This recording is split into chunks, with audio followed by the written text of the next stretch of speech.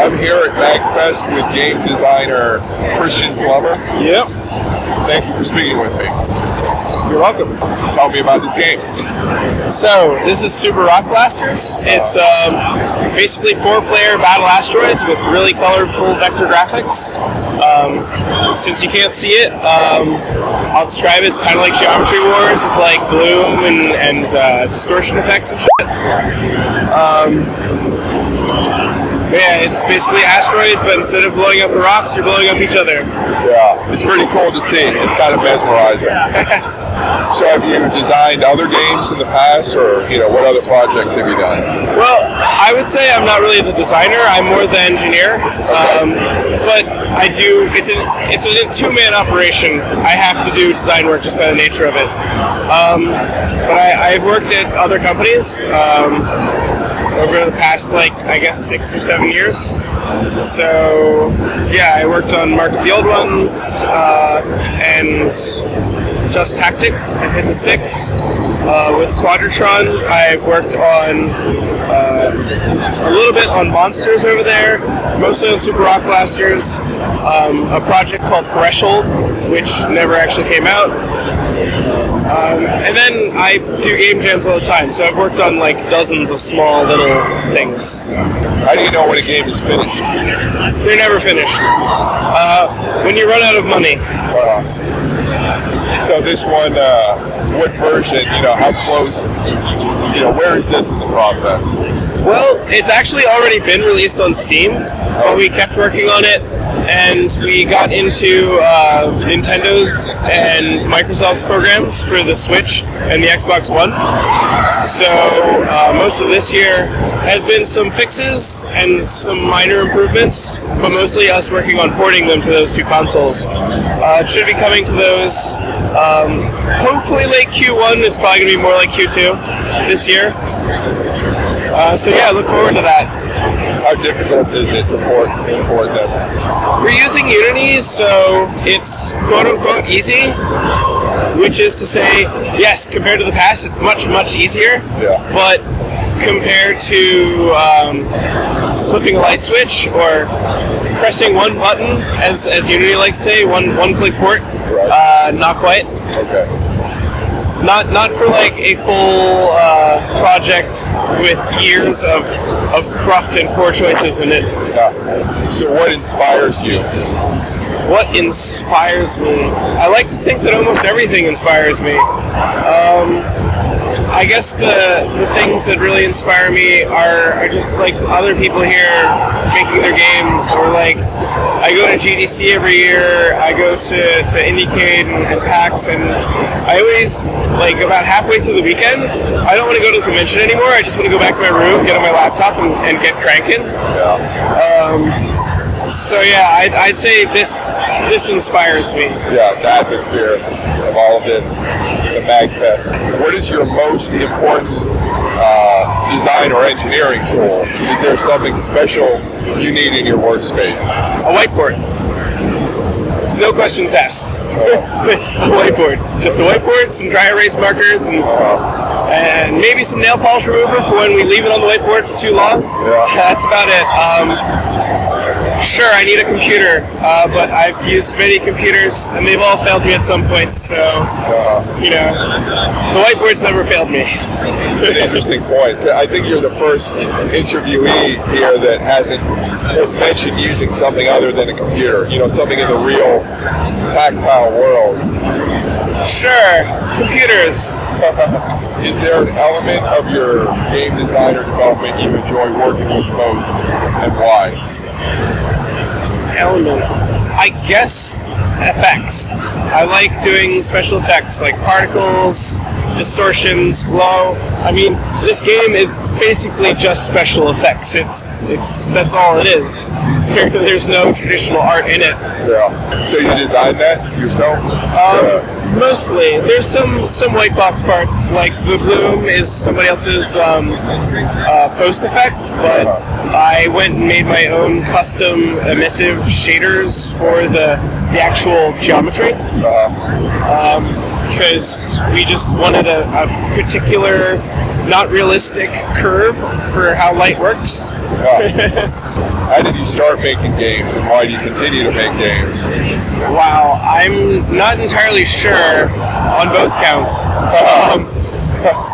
So I guess what got me making games as like professionally and as a career is in school. I took a game dev course in college, and it was more that I was interested in computers and games touch all aspects of computers. But that semester, I ended up being the main programmer on the team, even though I hadn't taken any of the programming courses yet. And it was hard, but it was fun, and I think I've just been in love with it since. As for why I keep doing it, probably the same reason, because it certainly doesn't put money in my pocket. All right. So the passion. Not yet. One day. Games are like kids, you know? You start, and you're dumping everything into them, but you're happy because it's your little infant, and it's your bundle of joy. Oh, it's a toddler. Well, it's getting into some trouble, and it's shitting its pants, but you love it anyway.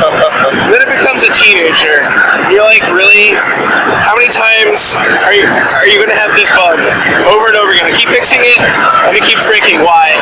And I think the goal is just to kick them out of the nest, send them to college, so that they go out and get a job and send checks home. Yeah. Take care of you. All right. So that's the goal, huh? Yeah. So what age is the game right now? What are we calling millennials living in their mom's basement? Are we talking post-college or? We're talking, 30-year-olds living at home, not necessarily because they're unproductive, but because they're following their dream, and their dream doesn't make them a lot of money. Much like I was about 5 or 6 years ago. All right. I don't know what that age is, but you're saying that's what the game is at this point? Pretty much. Living in your basement? Yeah. It can't get out soon enough. How did your first game success, however you might define success, change the way you design games? Wow.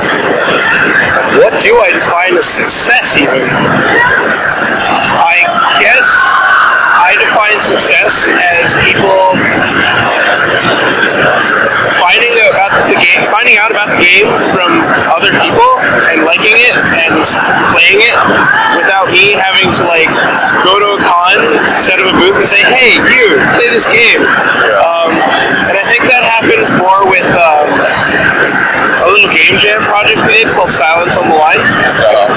And it was a very small, I won't say simple game, but it was very small. We made it in a weekend, and we made it with what we had. And I think the impression left with me from that is you just gotta put what you got out there, because nothing's perfect, and perfection isn't even what sells.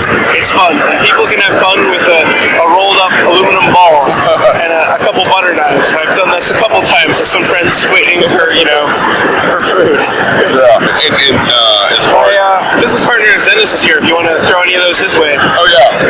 We spoke yesterday. Your name again is? Zenas with a Z. And your role in the game?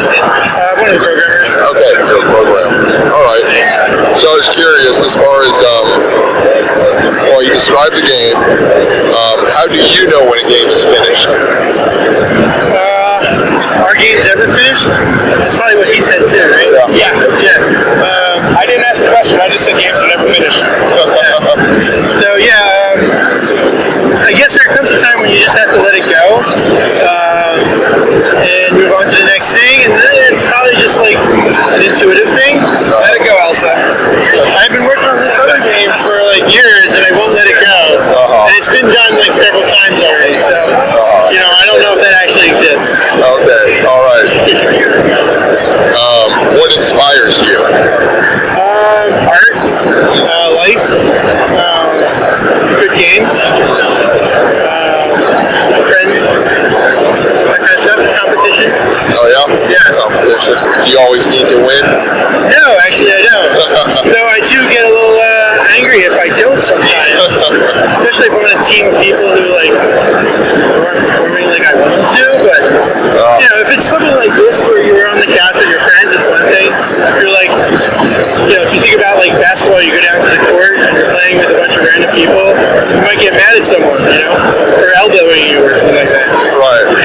we're taking shots, Station. Yeah. What is your most important design or development tool? Is there something special you need in your workspace? Clean desk. I don't know, that helps me. I don't want to get distracted. Good music. As far as like tools, the internet is good for looking up stuff because I'm not a great programmer. I steal a lot. And design-wise, other fun games. Is there an element of game design you enjoy working with the most, and why? I don't know. I guess I like playing the game over and over again to make sure that it's fun for me. If it's not fun for me, I can't imagine it being fun for someone else. I can understand that even if it's fun for me, it might not be fun for someone else. But at least if it's fun for me, it's fun for one person. Yeah. How did you start making games, and why do you continue to make games? I started when I was a kid, and my parents got me a computer, and I was playing them as a kid because that's what I wanted to do. But then I don't know, they had the foresight to like have this random fella come over to my house and teach me how to program. And the first thing I just started programming were games because that's what I was used to. And then I had like a wide period in my life where I did something completely different. Started programming again. Went to school for that, and then it's like I don't want to work in a cubicle writing code for someone about a program that I don't care about. But at home, I was like spending a lot of time writing like mods and things. And I was like, wait a minute, maybe I can make this into a career. And I started working at it, and eventually quit my day job and be a Christian business. So. How did your first game success, and that can be however you want to define success, change the way you design or develop a game, or did it? I had a methodology for designing games that I kind of discovered along the way, and then a lot of friends of mine were game developers at the time, and they started giving me hints about how they do it, so I started incorporating that. The first game I made, I think, is a horrible piece of junk, but for some reason I keep going back to it and wanting to perfect it and make it better. I don't know, I don't think of it as a success, but I think, as a success as a game that is out in the public, maybe I don't consider it a success, but it's a success in that it got me to be a game developer. It made me start something, finish something. It got a lot of people that I was involved in the community with to realize that I was serious, and other people that I didn't know who took a look at it and said, oh, you did something. Most people don't even do that. That's pretty cool. And that kind of opens a lot of doors. So I think that's the part of it that is the success for me. That's more so than just having a game that made money or something like that. So now we're caught up, and this is for both of you. Okay. What role do games or the game designer or developer have in society? Philosophical. I mean, you might as well ask what role written communications or podcasts or books or any form of information has. It's what has made us, it's what makes us Homo sapiens, that we're intrigued by things and that we record and change and alter them. That we adapt the world to ourselves rather than adapting to it. And one of those adaptations is games. I think a lot of what I believe is Christian said is true. I also think it's a way for us to express ourselves in a more interactive, meaningful way than just writing or just music. I think if you put all that stuff together, you might get an expression that is more fulfilling than before. So I think like that. Throwing all that stuff into the same melting pot is even more expressive, and maybe something in the future, even at the next level that's beyond games, is going to kind of take over as well. So games and game design are more of like an expression of who we are, just like all those other things we just listed. What movies, books, games, or other creative media in science fiction or fantasy have inspired you? So many. Which specific books you're saying? Yeah, specific. I guess like Dune. I'm pretty big fan of Frank Herbert and Dune, and all like the weird philosophical and political ideologies that are in there. I get mixed around. I don't know if that gets expressed in a game like Super Rock Blasters, but I think further down the road, I definitely want to do something that's more expressive like that. Kind of like talks about those things in some kind of gameplay sense. Wow. For me, to pick one thing, it's kind of like I said before, a little bit of everything. I guess a lot of books, movies, comic books. In some ways, high school towards college, I was into anime for a while, and some of the, not necessarily anime itself, but the way they try to invoke, what do you even call it? I don't want to call it a power trip, but the typical shonen manga is all about overcoming and pushing further. It's, coming of age story, basically. I guess I am inspired by coming of age and the hero's journey. Yeah, that covers most of the things that inspire me. I'd say that's definitely true. You nailed it on the head. Is there a game you want, a big idea game or some kind of game that you want to create that you haven't done so yet? And what is it? I've always been fascinated by role-playing games, so just kind of make a role-playing game in some fashion. It doesn't necessarily have to be like stats or like killing big monsters or evil versus good, but something that kind of incorporates that journey, I guess, from your beginning to end, and expresses that in some way, whether it's an action game or it's it's something a little bit more cerebral. I think that's something I definitely want to try to capture in a future game. And I also love beautiful things, so if I could tie that in with something that is visually attractive to people and moves them in some way, that's something I would do.